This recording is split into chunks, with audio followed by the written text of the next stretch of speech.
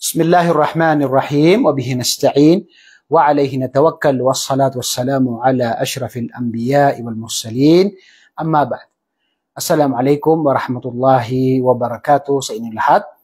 At sa mga oras na ito, ang pagsapon na pag-usapan natin ay mga mahalagang bagay at paalala sa mga kapatid natin na magsasagawa ng Hajj at saka ng Umrah. Una-una po ay dapat na malaman natin na ang Hajj at saka Umrah ay hindi po obligado sa isang Muslim na walang kakayahan. Kaya po, wag nating pilitin kung wala tayong kakayahan. May mga iba na talagang nagpupursigi sila na nasosobrahan yung kanilang pagpupursigi na kung saan ibibenta nila ang lahat ng pagmamay-ari nila, kung anong meron sila, ibibenta nila para lang sila ay makapunta sa tinatawag na Makkah para makapagsagawa ng Hajj at saka ng Umrah. Ito po ay napakalaking gantimpala. Pero isipin po natin na ito po ay hindi obligado sa mga tao na walang kakayahan.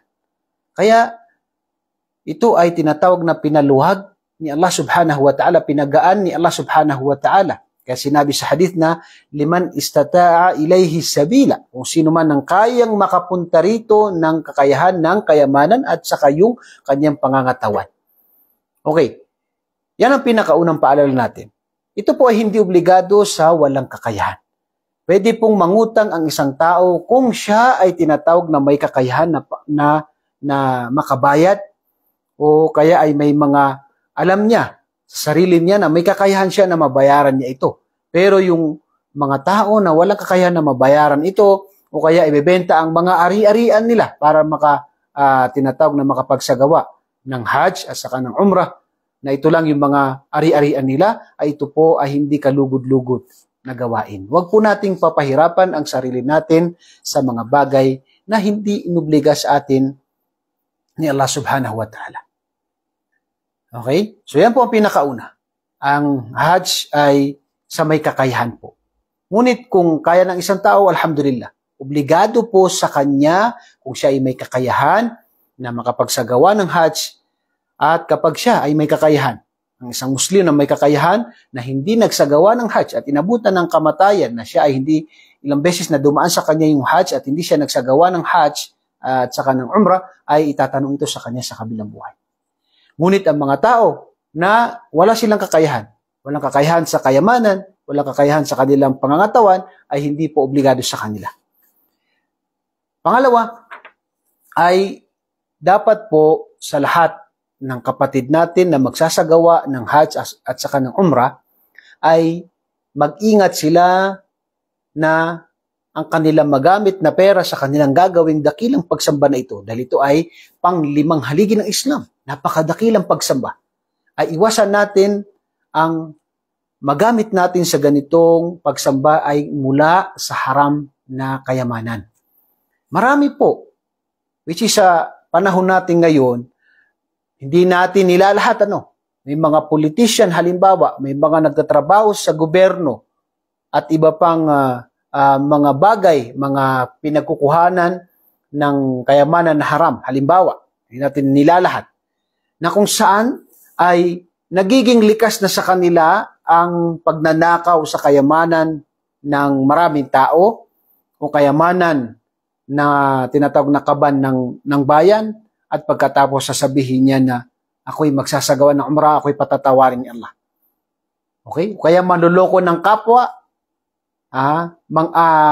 manluloko ng mga tao, o kaya ay mang-aapi, kukunin niya ang hindi sa kanya, pagkatapos sasabihin niya ako'y pupunta ng Makkah at magsasagawa ng Umrah, ako'y patatawarin ni Allah. Tandaan po natin, ang karapatan ng ibang tao ay ito po ay karapatan niya. Hindi yan papatawarin ni Allah maliban sa yun ay ibalik ng isang tao sa kanya. Utang halimbawa, o kaya ay kinamkam na kayamanan. Pera ng maraming tao, dapat yan ay tinatawag na maibalik. Kasi yan ay karapatan ng mga tao. Hindi yan pakikialaman ni Allah. Subhanallah, hindi yan papatawarin ng isang Umrah o isang Hajj. Tandaan po natin yan. Dahil maraming ganyan ang ginagawa nila. Dahil sa sobrang ninakaw na kung saan-saan ninakaw itong kayamanan, at hindi ko po nilalahat yan dahil magkakasala po tayo dyan. Yung mga tao, alam nila po yan sa sarili nila, na kumukuha ng mga haram na kayamanan, pagkatapos ay sasabihin niya na ako ay magsasagawa ng umrah at patatawarin ni Allah. La hawla wala quwwata illa billah. Ang haram na hanap buhay o haram na pera na gagamitin sa Hajj, ayon sa ating mga ulama, ay ito ay maaaring tanggapin ni Allah pero wala siyang gantimpala. Ito ay maaaring tanggapin ni Allah pero wala siyang gantimpala doon. Ibig sabihin ay hindi niya uulitin ang kanyang Hajj at saka kanyang umrah, pero siya ay napagod na wala siyang gantimpala. Dahil ang kayamanan na ginamit niya rito ay mula sa haram na kayamanan. At kabilang sa nabanggit sa hadith ni Propeta sallallahu alaihi wasallam na dahilan ng hindi tatanggapin ang panalangin ng isang tao ay kapag ang kanyang pagkain, ang kanyang hanap buhay, inumin ay mula sa haram na pagkain. Okay. Kabilang din doon ay kung nabilang po tayo sa mga tao na may kakayahan na makapagsagawa ng Hajj at saka ng Umrah, o kaya ay mayroong nagmagandang loob at tayo ay binigyan niya ng suporta para makapagsagawa ng Hajj o kaya ng Umrah, ay tayo po ay magpasalamat kay Allah subhanahu wa ta'ala. Dahil hindi lahat ng tao ay nabibigyan ng pagkakataon na makapunta sa lugar na ito. Katulad na nabanggit natin, marami po na kung saan para lang makapunta rito ay nag-iipon-ipon ang mga magkakapatid at sila ay nagbibigay ng pera para makahajj ang isa sa kanilang mga kapatid. O kaya, ang iba ay may mga kayamanan, kinakailangan nilang ibenta ang iba para makapagsagawa ng hajj. Kaya kung tayo po ay mabilang sa mga tao na makapunta rito, ay magpasalamat tayo kay Allah subhanahu wa ta'ala dahil tayo ay binigyan ni Allah ng pagkakataon na makapunta sa dakilang lugar na ito. Dakilang lugar na ito at may sagawa natin ang panglimang haligi ng Islam. At magpasalamat tayo sa Kanya dahil tayo Kanyang pinatnubayan. Mayroon pong mga tao na mayroon silang kayamanan pero hanggang ngayon ay hindi pa sila nakapagsagawa ng Hajj. May mga tao na sinasabi nila na kapag mag-retired na sila, saka sila magsasagawa ng Hajj pero hindi nila inabutan ang retirement. Subhanallah. Kaya kapag tayo ay may kakayahan, o kaya ay may paraan na tayo makapag-Hajj na hindi tayo mahirapan, magsagawa po tayo ng Hajj.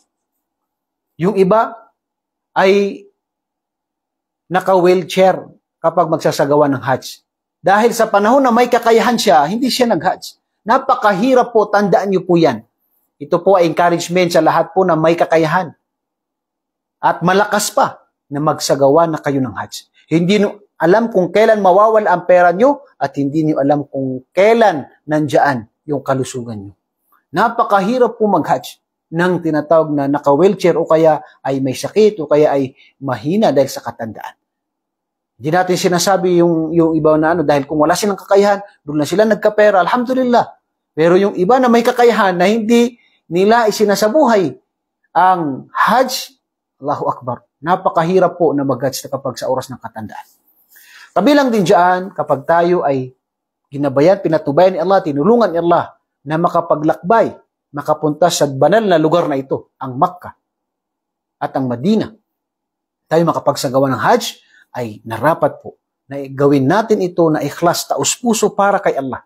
Ang ating intensyon ay para lamang kay Allah subhanahu wa ta'ala.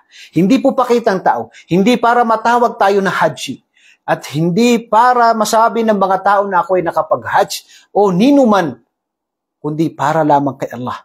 Dahil ang gawain na walang ikhlas kay Allah ay walang saysay kay Allah. Upang hindi masayang ang kayamanan, ang pagod ng isang tao, ay narapat na ito ay ikhlas kay Allah. Taos puso na gagawin ng isang tao na para lamang kay Allah subhanahu wa ta'ala. Hindi para sa ninuman. At kabilang sa paalala sa mga gustong magsagawa ng Hajj at saka ng Umrah, ay bago po tayo umalis, ay tayo po ay magsaliksik ng kaalaman patungkol sa gagawin natin na dakilang pagsamba na ito. Marami na hindi alam ang kanilang gagawin. Marami ang mga tao na pumupunta ng Hajj, pumupunta ng Umrah, na walang alam sa kanyang gagawin. Dapat po ay tayo magsaliksik ng kaalaman, magbasa tayo patungkol sa Hajj at saka sa Umrah, makinig tayo ng mga aral patungkol sa Hajj at saka Umrah. Yung mga baka maaari na mag-Hajj tayo at maligaw tayo o kaya ay nagkasakit yung sheikh natin, paano tayo magsasagawa ng Hajj at saka ng Umrah? Kung sakali na mangyari ito, di ba? So dapat ay meron tayong kaalaman. Magbasa tayo, makinig tayo sa mga ulama, mag-attend tayo ng mga lectures, o kaya magtanong tayo sa mga ulama kung ano yung pamamaraan ng pagsasagawa ng Hajj sa kanang Umrah. Dahil dakilang pagsamba po ito. Huwag nating sayangin yung panahon natin, yung oras natin, yung tinatawag na pera natin, yung pagod natin kung tayo magsasagawa ng Hajj na wala tayong kaalaman sa ginagawa natin. Okay? Kabilang din doon ay kapag tayo ay naglalakbay, ay makinig po tayo sa ating amir o pinuno natin o yung sheikh natin. Marami po na minsan ay mga iba na matigas ang ulo. Subhanallah. Hindi sumusunod sa amir, sa pinuno, pasaway. Subhanallah. Napakahirap po ng ganyan. Sa mga naglalakbay, meron pong pinuno, dapat po na sumunod. Dapat ay sumunod upang maging maganda ang paglalakbay. At dapat po talaga sa Islam ay obligado na sumunod sa amir, sa pinuno. Lalo na kapag sa oras ng gagawa tayo ng pagsamba, huwag tayong pasaway. Pag sinabi ng sheikh na ganito, katulad ng iba, matanda na, hindi kayang pumunta at tinatawag na halikan ang Blackstone. Sinabi ng sheikh na mahirapan ka, baka magkasakit ka, hindi ito obligado, pero anong gagawin? Pipilitin niya. Subhanallah. Na hindi yan obligado. Hindi yan obligado. Bagkus yan ay sunna lamang kung kaya ng isang tao. Ngunit ang iba, subhanallah, dahil sa pagsuway nila, ay nagiging dahilan ng kanilang kapahamakan. Yung iba nawawala, yung iba naliligaw, yung iba nagkakasakit dahil sa pagsuway sa tinatawag na payo at tinatawag na utos ng sheikh o ng amir. Kabilang sa mga paalala din sa mga kapatid natin na magsasagawa ng Hajj at ng Umrah ay umiwas sa mga gawaing bid'ah. Umiwas sa mga gawaing bid'ah. Siyempre, una-una rito yung haram. Iiwan natin yung mga gawaing haram. At kadalasan kasi, kaya natin sinasabi na umiwas sa bid'ah dahil marami pong mga nangyayari na mga bid'ah na hindi na mamalayan ng tao na ito pala bid'ah. So, siyempre, ang haram, makikita natin sa mga hotel na sa baba may naninigarilyo. Subhanallah, na haram ang paninigarilyo. Haram ang paninigarilyo. At doon ka pa sa banal na lugar at sa banal na araw at sa gawaing Hajj, doon ka pa naninigarilyo. Subhanallah. Pigilan natin ang ating mga sarili. Marami pa tayo nakikita doon. Mayroon pang nagdadala ng sigarilyo. La hawla wala quwwata illa billah. Nag-Hajj, may dalang sigarilyo, ibebenta niya. La hawla wala quwwata illa billah. Yan po ay haram. Mag-ingat po tayo dyan sa ganyan mga bagay. Yung gawaing bid'ah. Iwasan natin ng mga gawaing bid'ah. Katulad ng tatawagin mo yung mga pangalan ng mga tao doon sa Kaaba, doon sa Jabal Ar-Rahma, Jabal An-Nur, sa para doon makapunta sila doon. Subhanallah, yan po ay gawain na bid'ah. Ang tama ay manalangin ka kay Allah dahil ikaw ay nasa banal na lugar. Ikaw ay manalangin, Ya Allah, nandyan ang Kaaba. Ikaw ay nasa Makkah. Manalangin ka kay Allah subhanahu wa ta'ala. Ikaw ay nakasujud. Manalangin ka kay Allah subhanahu wa ta'ala. Ya Allah, biyayaan mo si fulana na makapunta sa banal na lugar na ito. Ya Allah. Tatanggapin ni Allah subhanahu wa ta'ala ang bagay nun. Inshallah.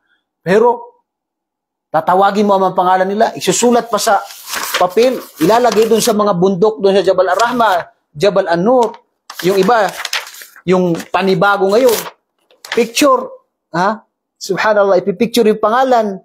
Parang ganun din yung estilo nun na ang hangarin mo dun, natatawagin yung pangalan para makapunta doon. Subhanallah. Yan po sino bang aimma, mga ulama na nagturo ng ganyan? Wala. Ito ay mga nakasanayan ng mga tao. Tawagin mo kami dyan, Ya Allah.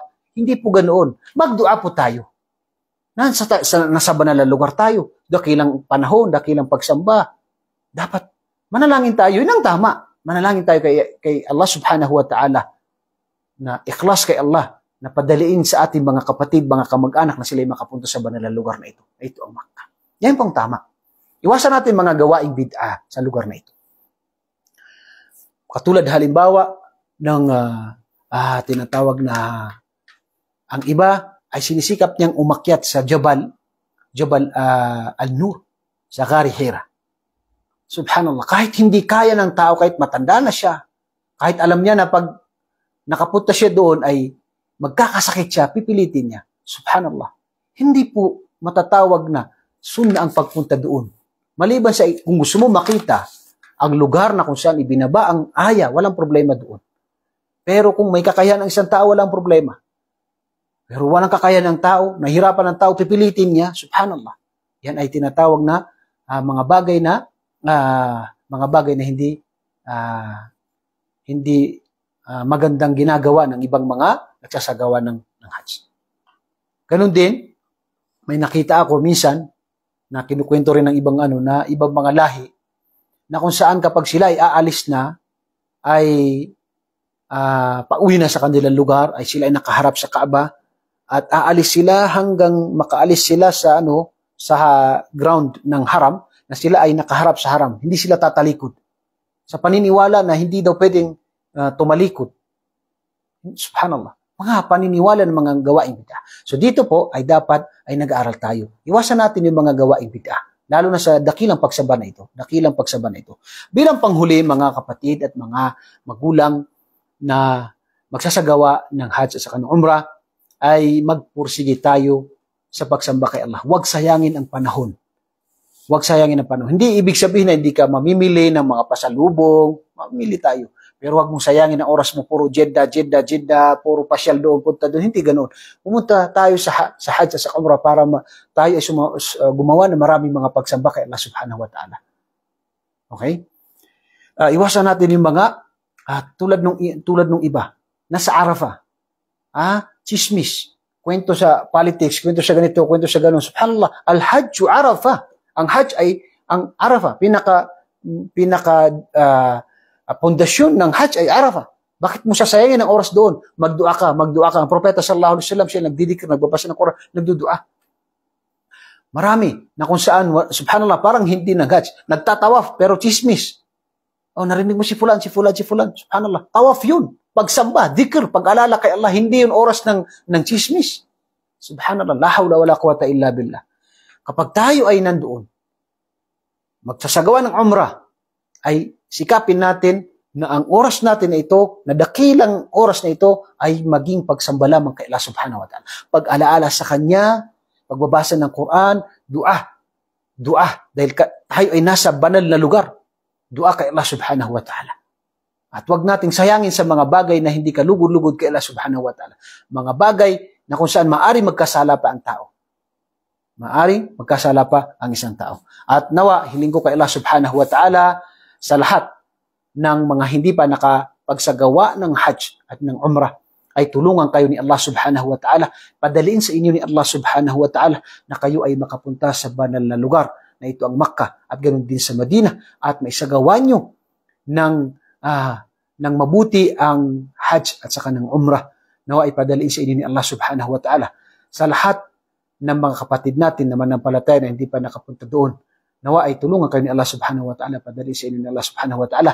Sa ating mga kapatid na ngayon ay maaring sa kanilang paglalakbay papunta ng Hajj at saka ng Umrah, nawa ay gantipalaan kayo ni Allah subhanahu wa ta'ala, patatagin kayo ni Allah subhanahu wa ta'ala, palakasin ni Allah subhanahu wa ta'ala ang inyong mga sabr, ang inyong pagtitiis. At kinakailangan dito ang pagtitiis. Dahil marami mga pagsubok ang maaring dumating sa atin dito sa pagsamba na ito. Kaya pagtitiis po, dahil ito po ay dakilang pagsamba kay Allah. Dakilang pagsamba na sino man ang nabanggit sa hadith, sino man ang makapunta mag-Hajj, magsagawa ng Hajj na hindi nagsalita ng masama, hindi gumawa ng masama, ay kayawmi waladathu ummu, para siyang bagong panganak. Ibig sabihin ay wala siyang kasalanan, napakalinis ng kanyang tinatawag na ng puso na wala na siyang kasalanan, para siyang bagong panganak. Allahu Akbar.